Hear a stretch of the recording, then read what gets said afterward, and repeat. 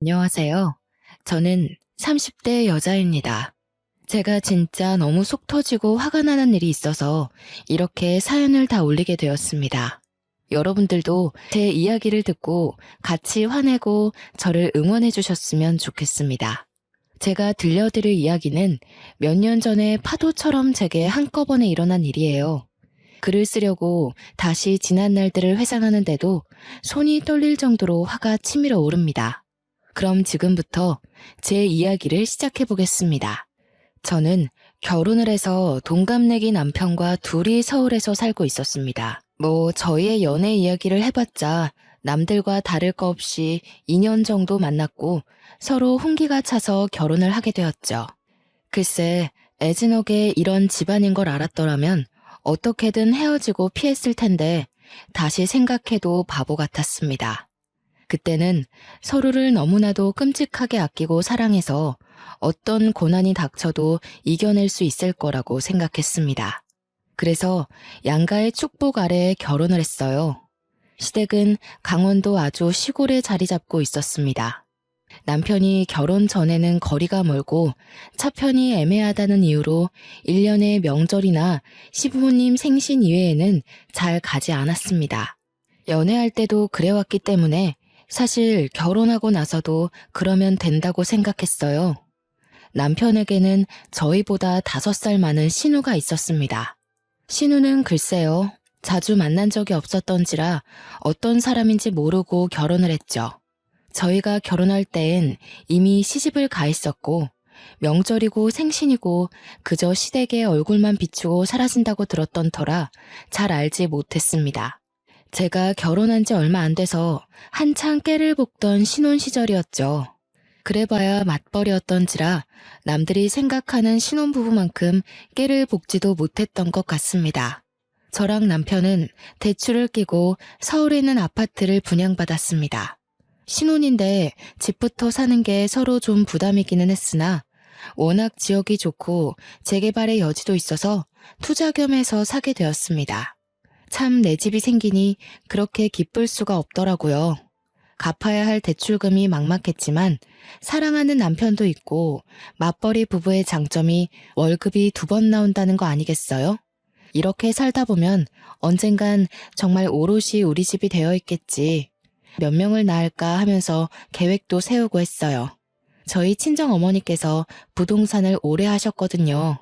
그래서 그 집은 무조건 오른다 사더라 하시길래 믿고 산 것도 있습니다. 부동산을 하시는 어머니 덕에 추천으로 사두었던 땅도 조금 있었습니다. 이 땅은 결혼 전에 투자 목적으로 사둔 땅이었는데 남편은 그 존재를 모르고 있었어요. 아직 팔기에는 애매한 땅이라서 적금 들었다 생각하고 냅두는 땅이었거든요. 아무튼 저희 둘 다 직장이 서울이니 당연히 서울로 터를 잡았던 것 뿐인데 시댁에서는 난리가 났습니다. 저도 솔직히 아직까지도 이해가 가질 않아요. 서울에 터전이 있으면 당연히 집도 서울이어야 하지 않나요? 강원도로 오지 않고 친정 가까운 곳으로 집을 얻었다면서 시댁을 무시하냐고 난리가 났습니다. 아니, 집 살 때 이런 한 푼도 보태준 게 없으면서 왜 감나라 배나라 하는 건지 솔직히 어이가 없었어요. 강원도로 가면 당장 직장은 어떡합니까? 직장 때려치고 강원도로 간다고 치면 그럼 대출금은 누가 갚아주겠어요? 저는 시부모님께 솔직하게 말씀드렸죠. 시댁 식구 어렵다지만 시대도 바뀌었고 할 말은 하고 지내야 된다고 생각했어요. 그럼 저희 직장은 어떡해요? 당장 강원도로 오라는 말씀은 좀... 여자가 무슨 직장이야. 집에서 내조를 해야지. 그럼 저희 대출금은 그이 혼자서 갚으라는 소리예요? 아니, 너네 집 부동산 한다더니 땅도 조금 없드냐? 벌써부터 우리 아들 고생시키는 거야 지금?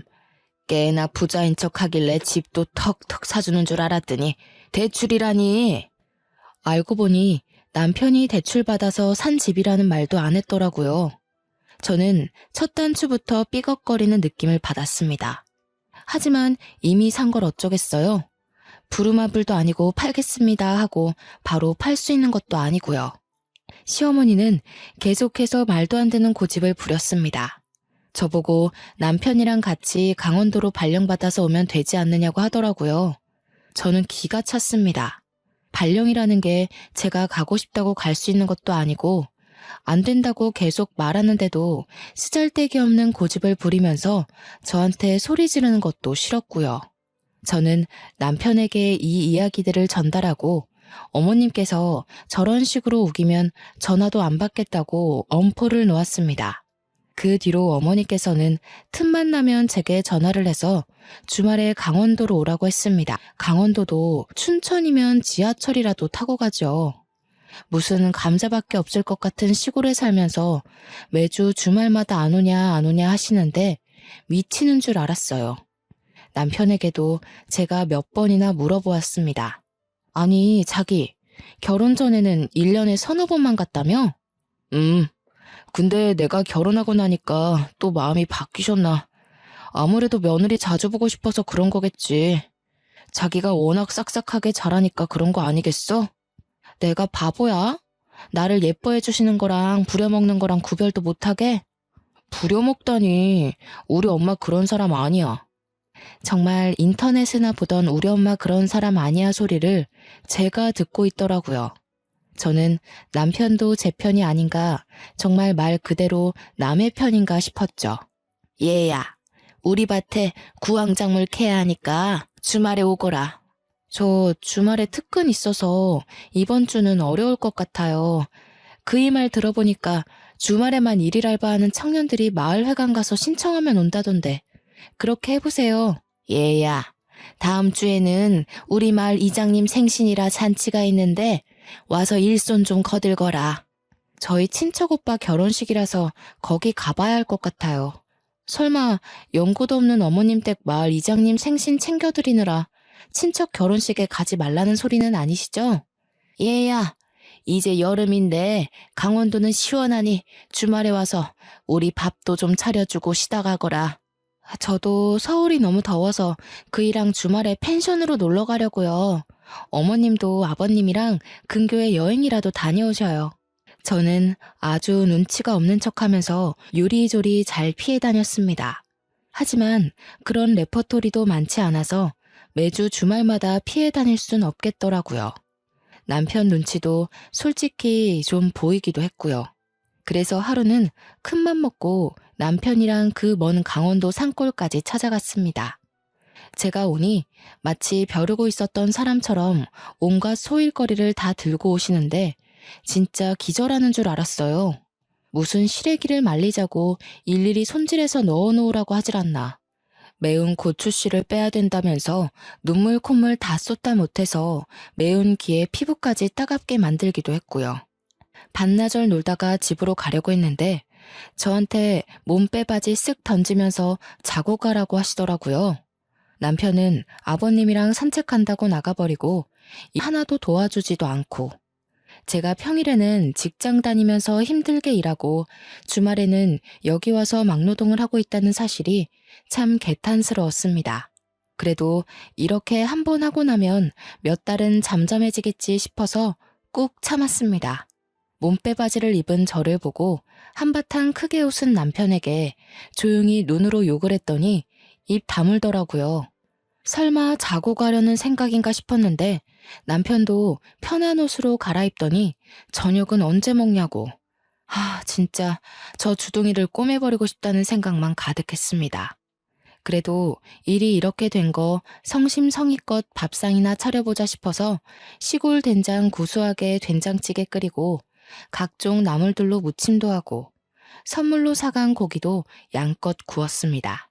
남편과 아버님은 맛있다고 엄지척 올리시면서 식사 잘하는데 어머님만 깨작깨작 하시더라고요. 어머님, 입맛에 안 맞으세요? 아니, 된장을 얼마나 풀어넣은 거냐? 찌개는 도무지 짜서 못 먹겠고 나물들은 손맛 하나 없이 싱겁고 고기는 이렇게 설렁설렁 구워서 핏물 다 나오는데 역해서 이걸 우째 먹어? 이 고기는 진짜 비싸고 좋은 고기라서 살짝만 익혀 먹는 거예요. 된장찌개는 밥 비벼 먹기 딱 좋은데 나물은 제가 손맛이 좀 부족하긴 한가 봐요. 우리 아들이 매번 이렇게 맛없는 밥상을 끼니랍시고 먹었을 거 생각하니 내 속이 다 분하다. 그러길래 네가 강원도에 집을 얻었으면 내가 요리도 가르쳐주고 살림도 가르쳐주고 했을 거 아니니? 저는 그 말이 정말 기분 나빴습니다. 표정이 순식간에 굳자 남편이 숟가락을 놓고 시어머니께 애교를 떨더라고요. 아니야, 우리 여보가 나한테 얼마나 맛있게 밥 해주는데. 나는 아주 간이 딱 좋은데. 물론 나물이야 우리 엄마가 해준 게 더 맛있지. 안 되겠다. 내가 한 달에 2-3번씩 반찬해서 가져다 주고 너희 집 가서 자고 올까? 내가 차려준 밥이 훨씬 맛있지. 역시 세월의 손맛은 따라가기 힘들지. 아가, 내가 이제 가서 반찬도 해주고 살림도 좀 살펴주고 하마. 저는 정말 세상에서 가장 듣고 싶지 않은 소리였죠. 말이 좋아 반찬 들고 오신다는 거지 제 살림 하나하나 뜯어보겠다는 소리 아니겠어요? 저는 싫다고 거절도 못하고 아주 어색하게 웃으면서 대답했습니다. 어머니, 그래도 저희끼리 스스로 해야 나중에도 서로 맞추기 편할 것 같아요. 제가 알아서 노력해서 잘 해볼게요. 너무 걱정 마시고 어머님은 아버님이랑 즐겁게 주말 보내셔요. 완곡한 거절이었지만 시어머니는 포기하지 않은 듯 궁시렁거렸습니다. 남편도 이때다 싶어서 주말에 우리 데이트도 해야 되고 하면서 어물쩍 넘겼죠. 참 눈치 없는 남편이었지만 이때만큼은 칭찬해주고 싶었습니다.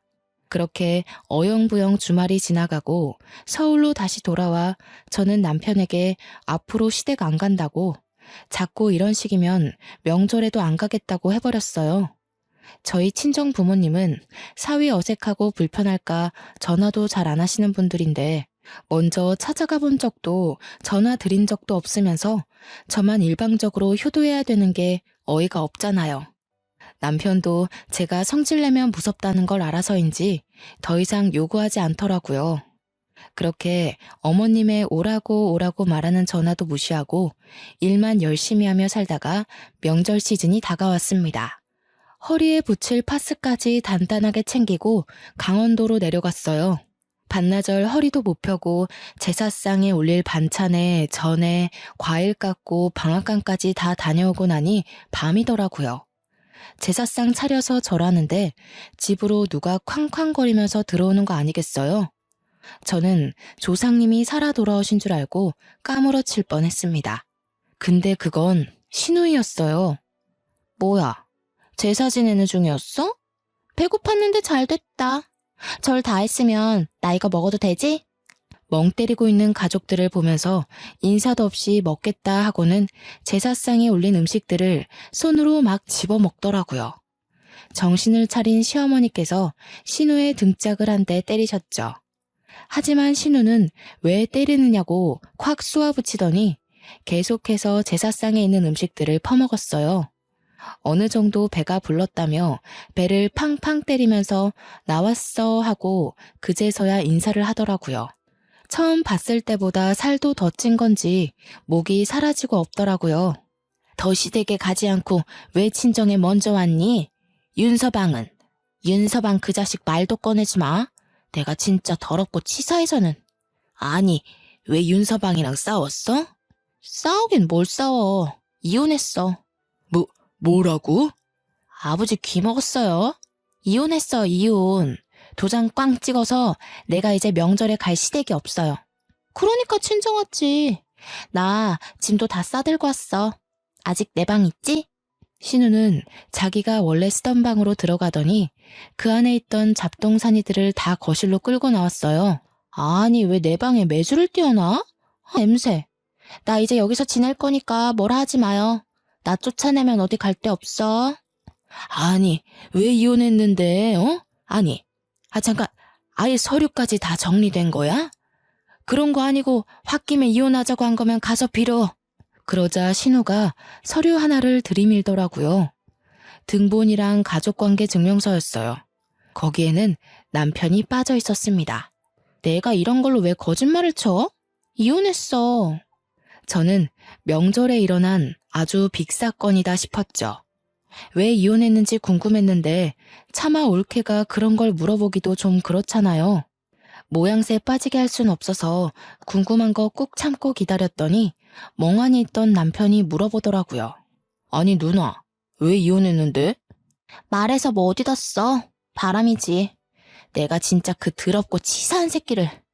아무래도 신혼의 전 남편이 바람을 펴서 이혼한 것 같았습니다. 흥미진진하게 듣고 있던 제게 아주 벼락 같은 일이 벌어졌어요. 예, 네가 강원도에서 뭐 해먹고 살겠니? 여기는 직장도 없고 뭐 알바할 자리도 없다. 너 그러지 말고 기훈이 따라서 서울 가. 기훈이는 제 남편이었습니다. 저는 흥미롭게 이야기를 듣고 있다가 벌떡 자리에서 일어났습니다. 신우를 지금 우리 집에 데려가라는 소리인가요? 라는 말이 목구멍 끝까지 나왔지만 꾹 삼켰어요. 일단 이성을 찾는 게 먼저라고 생각해서 심호흡을 한 채 남편을 바라보았죠. 기훈이 너도 누나 내칠 생각하지 말어. 네 누나 그래도 시집 가기 전에는 이것저것 많이 했던 거 알지? 서울 가면 여기보다야 훨씬 살기 좋으니까 일단 기반 잡을 때까지만이라도 너네 집에서 있게 해라. 그래, 내 생각에도 이혼까지 해서 이제 혼자 먹고 살아야 하는데 그래도 기훈이네 집에 가 있으면 안심이라도 되지. 며느리가 또 알뜰살뜰 챙겨줄 텐데 말이야. 우리 딸 구박하지 말고 밥도 잘 챙겨주고 그래야 된다. 알았니, 아가? 저희 의견을 다들 안 들어보시고 정하시는 거예요? 왜? 옳게. 내가 가는 게 불편해? 나도 엄마 아빠 말 들어보니까 여기 산골에 박혀서 빈둥빈둥 하는 것보다야 서울 가는 게 낫겠다 싶은데. 나 나름 전문직이었어. 취직하기 어렵진 않을 거야. 서울엔 또 일자리도 많고 교통도 편하고 하니까 내일 집에 갈 때 나 좀 태워가. 다짜고짜 통보를 해대는 턱에 제가 방어하기는 쉽지 않았습니다. 남편에게 도움을 요청했지만 곰곰이 생각하던 남편이 꺼낸 말은 아주 반전이었습니다. 그래, 우리 방 하나 남으니까 거기에 일단 지내는 걸로 하자. 누나가 돈 좀 모으면 그때 원룸을 어떤지 해서 나가는 걸로 하면 되겠네. 오케이, 콜. 결국 다음날 날이 밝자마자 서울로 가자면서 차에 냅다 짐을 실어버리는데 제 이성은 가출해버렸습니다. 저는 남편의 옆구리를 꼬집었고 남편은 또 거기서 눈치 없이 악소리를 내더라고요. 꼬집어. 아니 내가 언제 꼬집었다고 그래? 시부모님께서 저를 빤히 보고 계셨기 때문에 일단 발뺌을 했죠. 신우는 제 눈치가 어떤지 빤히 아는 것 같았음에도 불구하고 모른 척 차에 타더라고요. 갈 때 휴게소 들릴 거지? 나 호두과자랑 알감자 사 먹게.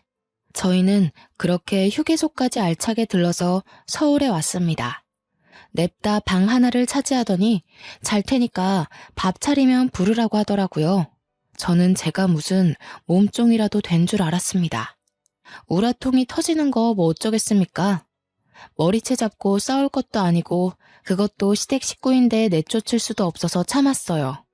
그래도 6개월 안에는 나가겠지 싶어서 지옥 같은 생활 조금만 버티자는 마음으로 참았죠.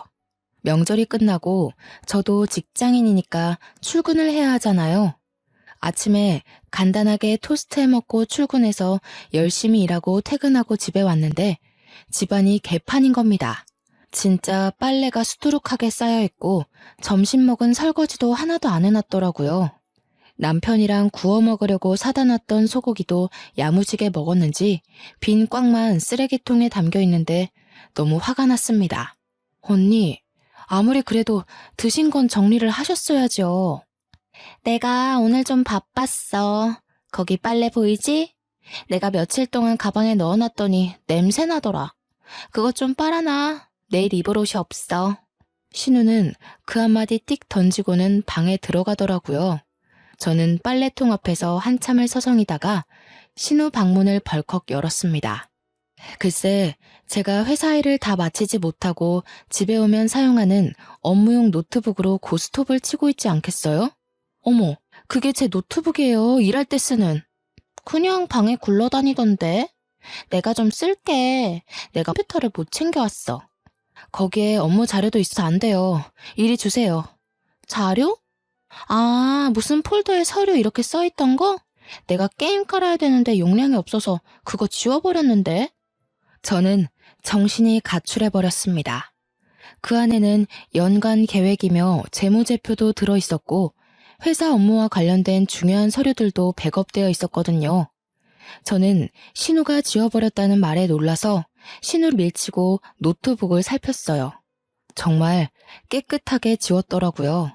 저는 일할 때 쓰는 중요한 자료인데 그걸 지우면 어떡하냐고 소리를 질렀어요. 저한테 물어보지도 않고 그걸 그냥 지우고 쓰시면 어떡해요. 그것도 고작 고스톱 치느라 지금 제 업무 손실이 어떤지 아세요? 나 기훈이한테 물어봤는데 그냥 쓰라길래 쓴 거야. 저는 남편에게 전화를 걸었습니다. 남편이 퇴근 중이라며 조금만 기다리라고 하더라고요. 집에 들어서자마자 남편에게 슬리퍼를 집어던졌어요. 너 지금 내 동생한테 뭐 하는 짓이야? 당신이 내 노트북 써도 된다고 했어? 누나가 인터넷으로 뭐 좀 할 거 있다고 해서 쓰라고 했지. 왜 오자마자 슬리퍼를 던지고 그래? 무슨 일 있어? 고스톱 게임 하시느라 내 업무 서류를 다 포맷해버렸어. 이거 어떡할 거야? 내 자료들 다 어디서 복구하냐고. 옳게. 웃긴다. 그거 회사 가면 다 있는 거 아니야? 그리고 그렇게 중요한 걸 개인 노트북에다가 저장해두면 안 되지. 옳게 횡령하고 그러는 거 아니지? 저는 그걸 말이라고 하는지 슬리퍼를 던졌다고 화가 난 남편은 신우 말에 동의하면서 저에게 그렇게 중요한 자료면 미리 USB에 넣어놔야 하는 거 아니냐고 했어요. 솔직히 틀린 말은 아니지만 어차피 저 혼자 쓰는 노트북이고 업무 이외에는 쓰지 않아서 안일하게 생각했었죠. 그 사건은 해결되지 않은 채 제가 회사에서 업무를 2배 더 보는 걸로 마무리가 됐습니다. 하지만 신우짓은 여기서 멈추지 않았습니다. 욕실 개수구에 자기 머리카락이 잔뜩인데 그거 하나 제대로 치우지도 않았고요. 설거지는 당연하고 밥 한 번 차려놓은 적이 없었습니다. 맞벌이 부부인 우리가 퇴근하고 오면 오늘은 뭘 먹을 거냐고 배고프다고 빨리 밥을 하라고 시키더라고요. 자기는 집에서 놀고 먹고 하면서 생활비 한 푼 안 보태는데 밥까지 차리라고 하니까 정말 시어머니를 모시는 것 같았습니다. 그뿐만이 아니었습니다. 빨래를 돌리는 건커녕 빨래통에 빨래를 내놔도 양말은 다 뒤집어져 있고 흰 옷이고 검은 옷이고 속옷이고 다 한꺼번에 섞어놓고 팬티에는 생리가 묻어있는데도 떡하니 펼쳐놓았더라고요. 아니, 생리대도 제 거 가져다가 팍팍 쓰는데 진짜 하나하나 아까워서 미치겠더라고요. 언니는 취업 준비하고 계신 거 맞아요? 내가 왜? 아니, 취업할 거라고 서울 와놓고서는 내가 왜? 라고 묻는 게 정상입니까? 결론은 취업 준비고 나발이고 아무것도 안 하면서 집에서 고스톱이나 치고 있다는 소리 아니겠어요? 저는 진짜 너무 열이 받았습니다. 처음에 약속하셨잖아요. 서울에서 취직하고 싶다고. 그래서 보증금 얻을 동안만 우리 집에 있기로요. 취업이 뭐 그렇게 쉽나? 그러니까요. 준비를 제대로 하셔야죠. 준비도 안 하고 맨날 고스톱만 치고 있으면 취직이 되나요? 아니 올케, 왜 이렇게 빡빡하게 굴어 가족끼리? 너네가 애가 있는 것도 아니고 식구 하나 들었다고 뭐 생활비가 엄청나게 차이 나는 것도 아니잖아. 기훈아, 네 마누라가 이러는데 내가 지금 당장 나가기라도 해야 되니? 그래, 당신 생활비도 그동안 넉넉하지 않았어? 우리가 둘 다 돈도 벌고 하는데 누나가 뭐 먹으면 얼마나 먹고 전기랑 물 쓰면 얼마나 쓰겠어. 지금 그걸 말이라고 해? 우리는 낮에 집에 그동안 없었으니까 쓸 일이 없었지. 그 신우는 맨날 있잖아. 맨날 고스톱 치느라 노트북 쓰고 덥다고 선풍기 꺼내 틀고. 그거 해봐야 얼마나 쓴다고. 그냥 내가 밥도 대충 있는 걸로 알아서 먹고 할 테니까 나 신경 쓰지 마. 어떻게 신경을 안 써요? 아니 그렇게 신경이 쓰면 용돈이라도 주고 말하던가. 제가 용돈을 왜 드려요? 도대체 언제 나가실 거예요? 이거 봐. 나 내쫓는 게 목적이었네. 아니 내가 무슨 잔소리를 했어 어쨌어? 내가 신우짓 한 것도 없는데 왜 그래? 어차피 내 남동생네 집이고 방도 하나 남고 가족끼리 서로 도와야 하는 거 아니야? 남는 방 아니에요. 저희 애기 가지면 애기가 쓸 방이에요. 그래서 지금 뱃속에 애라도 들었니? 애도 없잖아. 이럴 때만 애 타령하지. 우리 엄마 아빠가 애 가져라 할 때는 돈 벌어야 돼요 하더니 속 보인다 너? 그러더니 아주 앞으로 힘들게 해줄 수도 있다면서 큰 소리 뻥뻥 치고는 방으로 쏙 들어가 버리더라고요. 진짜 고구마 한 200개는 먹은 것 같은 답답함이 온 몸을 휘감았습니다. 남편은 제게 누나 고집은 절대 못 꺾는다면서 말을 너무 심하게 한 거 아니냐고 했어요.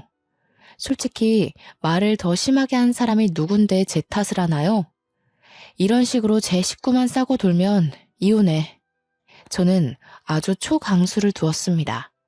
시골 분들이셔서 아들내미 이혼한다고 하면 뒷목은 잡으실 것 같은데 남편은 어떻게 나오나 궁금했습니다. 솔직히 저런 신우랑 계속 같이 살아야 한다고 하면 이혼밖에 답이 없긴 했고요. 남편은 콧방귀를 끼면서 마음대로 하던가 하더라고요. 솔직히 그냥 해본 말인 줄 아는 거겠죠. 무서울 게 없었습니다. 그래서 신우방을 열고 잠깐 나와서 다시 이야기하자고 했어요. 신우는 고스톱 치는데 방해를 한다면서 투덜거리고 다시 나왔어요. 뭐 하셨어요? 이제는 그런 걸로 코투리 잡으려고? 내 탓 아냐? 남편이 어린 여자랑 바람이 났고 나한테 들켰고 그래서 이혼했어. 그럼 위자료 받으셨을 거 아니에요? 상간녀 소송도 당연히 하셨을 거고요. 그러자 신우가 갑자기 꿀먹은 벙어리가 됐어요. 위자료까지는 생각 못했는지 남편이 신우를 채근하더라고요. 그래. 받았어. 3천 받았다, 3천. 그 돈 다 어쩌시고 돈 없어서 여기서 지내겠다고 하시는 거예요? 3천만 원이면 월세 보증금 하고도 남아요. 아니 나는 뭐 돈 쓸 데가 없겠어? 누나, 솔직하게 말해. 돈 다 어디다가 썼어? 어디 빚이라도 있었어? 아니면 뭐 명품 중독이야? 아니야, 고스톱 하느라 썼어. 저거 돈 충전해서 치는 거란 말이야. 그래서 따면 진짜 현금으로 바꿔줘. 내가 아주 크게 한번 따려고 싹 다 꼬라박았는데 휴지돼서 사라진 거지. 누나 미친 거 아니야? 이제부터 언니도 저희 집에서 생활하시려면 생활비 보태세요. 신우는 그 말에 아주 곡소리를 내면서 가족끼리 너무한다고 그러는 거 아니라고 소리를 꽥 질렀어요. 당연히 수중에 가진 돈이 한 푼도 없으니까 생활비를 보탤 수 없겠죠. 그러면 취직이라도 하던가.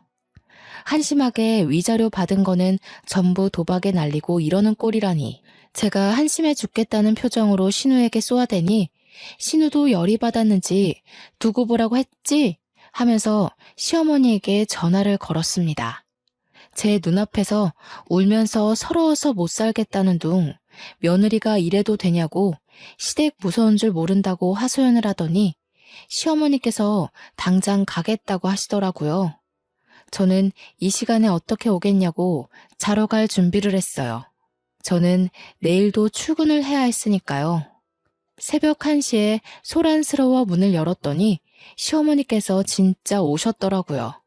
저와 남편은 자다 깨서 깜짝 놀랐고 씩씩거리는 시어머니가 저를 확 밀치셨어요.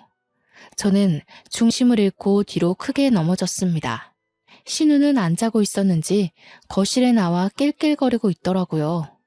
저는 수치심과 더불어 억울한 마음에 시어머니께 뭐 하는 짓이냐고 소리를 질렀습니다.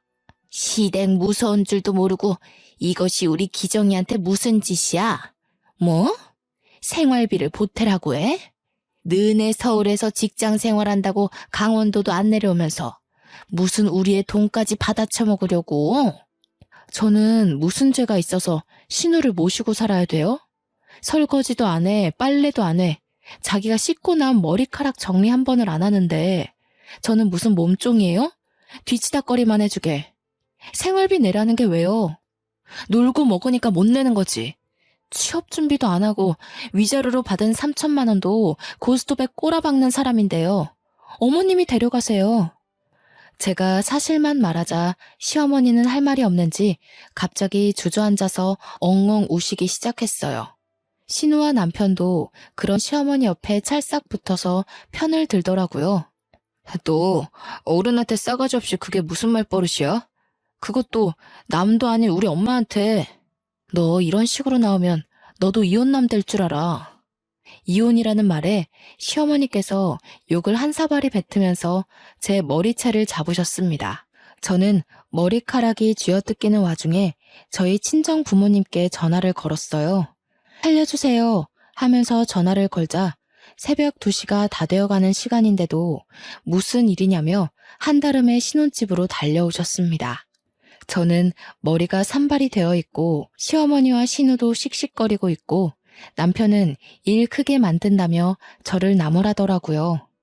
저희 부모님은 그 꼴을 보고 너무 열이 받았는지 저한테 싹 다 이야기하라고 했고 저는 시어머니의 시집살이부터 시작해서 신우가 우리 집에 온 것까지 빠짐없이 일러바쳤습니다. 이런 망할 집구석을 봤나. 당장 이혼해.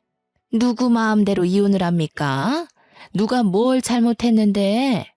지금 우리의 머리털 다 뜯어놓고도 그런 소리가 나옵니까? 경찰 안 부른 것만으로도 감사한 줄 아십시오. 참나. 그럼 이혼하더라도 할 건 확실하게 하자. 너 그 땅값 많이 올랐더라? 그것도 반반하는 거지? 땅? 무슨 땅? 내가 깜빡 속았지 뭐야. 얼마 전에 일이 있어서 등기부등본 떼보니까 제 명의로 땅이 있더라고, 하남에. 알짜배기라서 값도 엄청 올랐던데 그것도 반으로 나눠. 아니, 그건 우리 딸 시집 오기 전부터 가지고 있었던 건데 왜 나눠? 재산이 있는 거 숨기고 대출받아서 집 샀잖아요. 그 땅만 팔았어도 대출금 안 갚아도 되는 건데 속인 게 맞으니 내놔야죠. 그거 팔아서 내 피부 관리샵 내면 되겠네. 그러면 이혼도 안 해도 되는 거 아니야? 나는 샵 운영하면서 수익금 나면 생활비 내면서 여기서 살고 나 취직도 하는 거고 다 좋은 거 아니야? 언니 머리에 똥만 가득 찼어요? 내가 그걸 팔아서 왜 언니 가게를 내줘요? 우리 집 대출금도 갚고 있는 마당에. 요망한 기집애.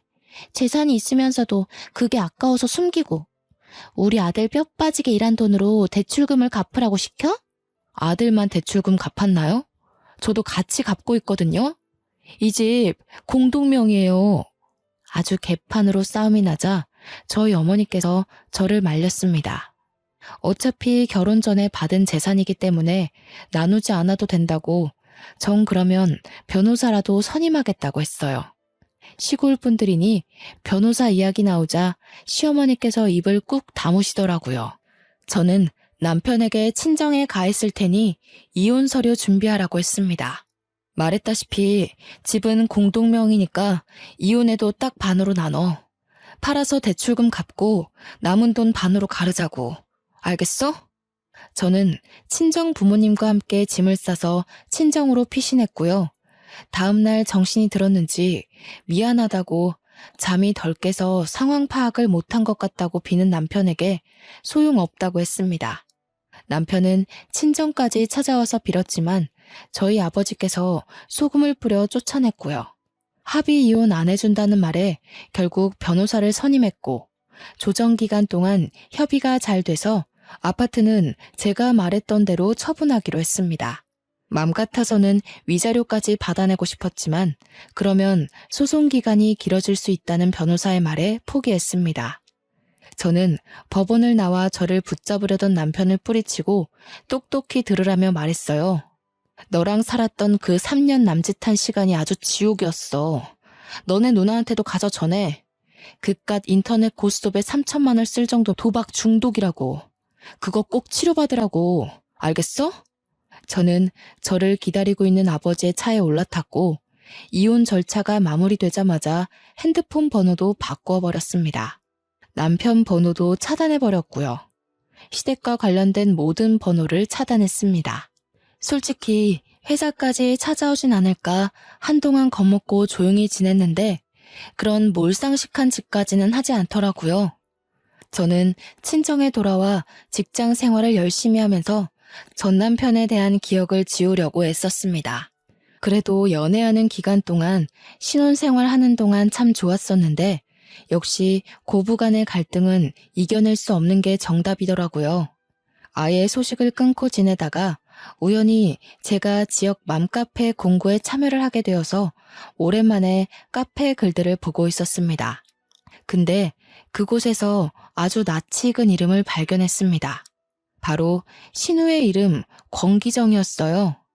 권기정 피부관리샵을 고발합니다. 라는 글이 있어서 홀린 듯이 들어가 보니 정말 신우가 피부관리샵을 냈었더라고요. 무슨 돈이 있어서 피부관리샵을 냈는지는 모르겠지만 아마도 아파트를 판 돈이 아니었을까 싶습니다. 그 아파트 급 처분하고 대출금까지 갚고 나누느라 사실 얼마 되지 않은 돈이었지만 그래도 2억 정도는 수중에 들어왔었거든요. 그 돈으로 신우가 원하던 피부관리샵을 차려줬나 봅니다. 하지만 글 내용은 썩 좋지 못했어요. 피부관리품 소독도 제대로 안 하고 관리가 되지 않아 녹이 쓴 기구도 있었다. 화장품도 에스테틱에서 사용하는 고가의 제품이 아닌 어디 시장통에서 팔 법한 싸구려 크림으로 관리하더라. 그러면서 돈은 비싸게 받았다. 관리를 하러 가서 오히려 피부염에 걸렸고 결국 보건소에 신고까지 해서 지금은 영업 정지 상태다. 라는 글이었습니다. 영업 정지를 한 달 처분받았기 때문에 한 달 뒤에 다시 오픈하면 그 가게는 절대 가지 말라고 써 있더라고요. 지역 맘카페가 얼마나 활성화되어 있는지 아시죠? 그 밑에 댓글들이 수십 개가 달렸는데 가관이었습니다. 저도 그 샵 다니고 나서 피부에 트러블이 엄청 생겼어요. 거기 피부관리샵 사장이 싸가지 없는 걸로 엄청 유명해요. 거기 피부관리샵에서 피부 완전 망가지고 저 그래서 소송하려는데 참여하실 분? 소송 관련 댓글에는 밑으로 쭈루룩 같이 참여하고 싶다고 소송 걸자고 난리도 아니더라고요. 말해 뭐 하겠어요. 결국 샵이 망했다고 하더라고요. 그것도 그 샵을 차리느라 돈도 날리고 빚만 잔뜩 얻어서요. 저는 인과응보라고 생각하고 아주 속이 시원했습니다. 한 일주일쯤 지났나? 저희 회사 앞에 전 남편이 절 기다리고 있더라고요. 몇 개월 만에 보는 전 남편은 아주 바싹 말라서 거지 같은 꼴을 하고 저를 보고는 황급히 달려오더라고요. 아버지께 호출을 해야 하나 고민하고 있었는데 바싹 마른 꼴이 또 불쌍하게 느껴져서 이야기만 잠깐 하자는 말에 근처 커피숍을 갔어요. 내가 아주 생각을 잘못한 것 같아. 너와 함께 살았던 아파트도 날리고 모든 걸 다 처분하고 보니 너의 소중함이 느껴지더라. 우리 다시 합치면 안 되겠니? 있을 때 잘했어야지. 이제 와서 무슨 소용이야? 죽어도 너랑 합칠 마음 없고 너 도와줄 마음도 없어. 너 지금 신우가 피부관리샵 했다가 망해서 돈도 잃고 빚만 생겨서 이러는 거 아니야? 제가 한 말에 아주 전곡이라도 찔렸는지 뜨끔하더라고요. 너 그걸 어떻게 알아? 혹시 지역 맘카페며 보건소며 신고한 게 너야? 이건 또 무슨 애먼 사람 잡는 소리야. 나도 며칠 전에 맘카페에서 글 본 거야. 내가 너나가 샵을 차렸는지 망해버렸는지 사실 알게 뭐니? 너 정말 지독하다. 그래도 우리가 같이 살았던 정이 있고 한때는 가족이었는데 어떻게 말을 그렇게 할 수 있어? 너 하는 꼬라지 보니까 딱 봐도 내 하남 땅 팔아서 도와달라고 찾아온 건가 본데 절대로 너 도와줄 맘 없고 너랑 이렇게 얼굴 보고 있는 것도 거북해. 다신 나 안 찾아왔으면 좋겠어. 저는 그렇게 자리를 떼고 일어났습니다. 하지만 이 스토커 같은 가족들은 맘카페에서 제 핸드폰 번호를 찾았는지 저한테 연락을 계속 하더라고요. 내가 서울 산다고 욕심 안 낼 테니까 내 동생이랑 다시 재결합해. 다시는 도달라고 안 할 테니까 이번 한 번만 도와주렴. 너네 아파트 팔았던 돈 그거 가지고 있지? 우리 좀 빌려다오. 저는 두 번 다신 연락하지 말라고 엄포를 놓고는 연락을 받지 않았습니다. 그러다가 또 전 남편이 저에게 연락을 했더라고요. 화가 나서 답장을 하려고 문자 메시지를 열었는데 전 시아버지의 부고 문자였습니다. 전 시아버지는 신우가 보증금 좀 해달라고 하도 바락바락 물고 늘어져서 무리해서 집 담보로 1억을 대출해줬는데 알고 보니 그 돈으로 신우가 고스톱을 친 거였어요. 돈 다 날리고 찜질방 전전긍긍하면서 지내다가 못 버티고는 시댁으로 돌아갔는데 그 사실을 알게 된 시아버지가 혈압이 올라 그 자리에서 쓰러졌답니다. 평소에 심장 혈관 쪽에 문제가 있었던 터라 혈관이 떡하니 막혀버렸고 시골 동네라 응급시술을 할 수 있는 병원이 없었대요. 구급차를 타고 큰 병원으로 이송되는 과정에서 사망하게 되었다고 하더라고요. 저는 저에게 구구절절 설명해주면서 장례 날짜와 발인 날짜를 보내는 남편도 참 이해가 안 갔습니다. 신우 도박 좀 고치라고 했더니 결국 도박으로 이렇게 가족을 나락으로 보내버리네요. 저는 솔직히 시부에게도 좋은 감정이 전혀 없었기 때문에 그의 죽음이 슬프거나 비통하지도 않았습니다. 구구절절 사연을 보낸 것도 결국 부조금 많이 내라, 돈 좀 달라 이런 뜻 아니겠습니까? 그래서 문자에 적힌 계좌로 부조금이라고 딱 10,000원 송금했어요. 제가 10,000원 보낸 걸 봤는지 전 남편이 계속해서 저한테 전화를 걸고 문자로 너무한 거 아니냐고 전화 받으라고 난리쳤지만 깔끔하게 무시해줬습니다. 다음 날이 주말이라 맥주 한 캔 딱 마시고 속 시원하게 잠이 들었죠. 얼마나 꿀같이 잠을 잤는지 꿈도 안 꾸고 잤습니다. 솔직히 시부가 저주하러 꿈에 나타날까봐 무서웠거든요. 다음 날 날이 밝자마자 현관이 소란스러워 나가니 어머니께서 씩씩거리시더라고요. 손에 바가지 하나 들고서요. 무슨 일이냐 여쭈어 보니 전 시어머니께서 찾아오셨다더라고요. 어떻게 있는 사람이 더하냐면서 부조금 10,000원 낼 수가 있느냐고 돈 내놓으라고 뻔뻔하게 굴었다고 하더라고요. 그 말에 열이 받은 어머니께서 무려 바가지에 변기물을 담아 확 쏟아부었다고 하더라고요. 변기물을 확 부어버리고는 자식 잘못 키운 죄는 부모가 받는 거라고. 내가 한 번만 더 찾아오면 경찰에 신고한다고 아주 엄포를 놨다. 하시고는 걸레로 현관을 청소하시더군요. 그 뒤로 정말 뭐가 무서운 건지 저한테 연락 한 통 없었습니다. 후에 들리는 소문에는 신우의 망나니 짓이 소문이 나서 남편이 이혼당한 거라고 회사의 얼굴을 들고 다닐 수 없을 정도라네요. 간간히 지역 맘카페에도 아직 오르락 내리락 하는 것 같고요. 저는 이혼이라는 인생의 오점이 남았을지언정 지금은 너무나도 행복하게 살고 있습니다. 제 이야기 어떠셨나요? 확실히 너무나도 열받는 이야기죠? 화나는 일은 여기다 다 풀어버리시고 우리 행복한 일만 생각하도록 해요. 이야기를 들어주셔서 감사합니다.